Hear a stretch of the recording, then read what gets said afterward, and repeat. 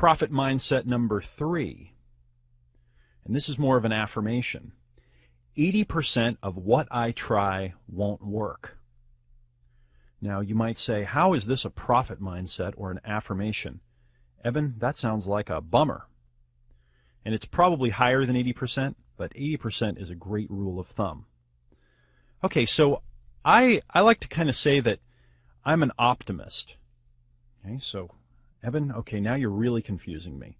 You say you're an optimist and you want me to use the affirmation, 80% of what I try won't work. But I'm a particular type of optimist. I'm an optimist in the long term.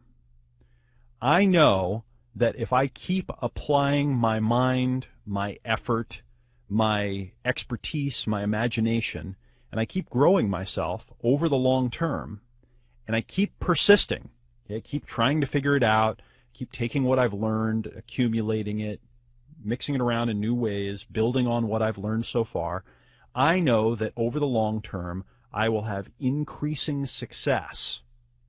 So I'm an optimist in the long term. But I'm a huge pessimist in the short term, meaning I think that most things that I try aren't going to work out the way that I want them to.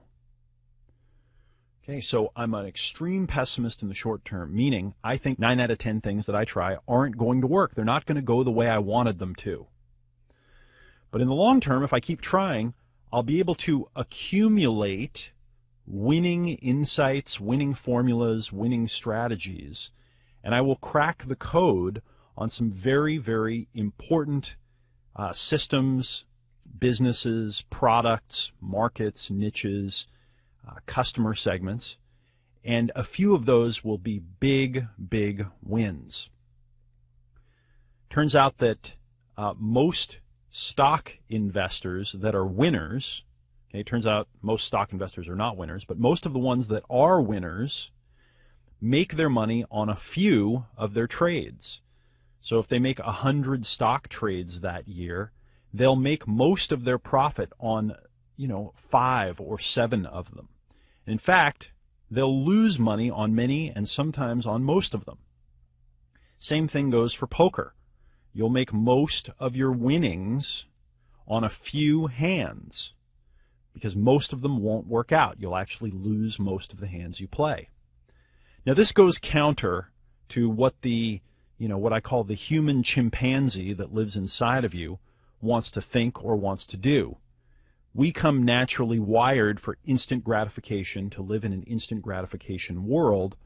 We're not wired intuitively to think long term.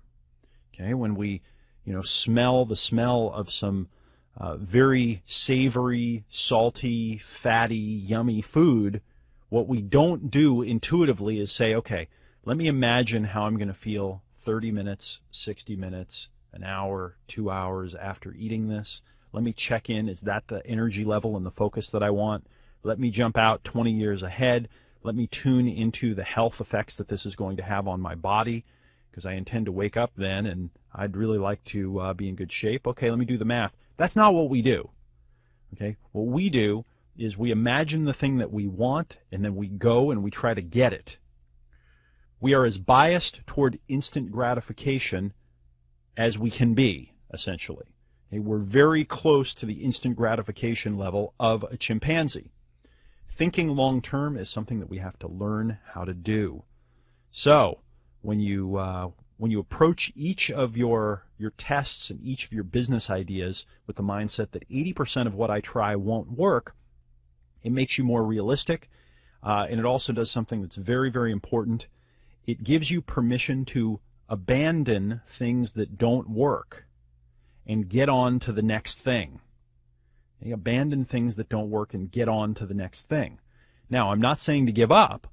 I'm just saying give up that particular approach and go try something else.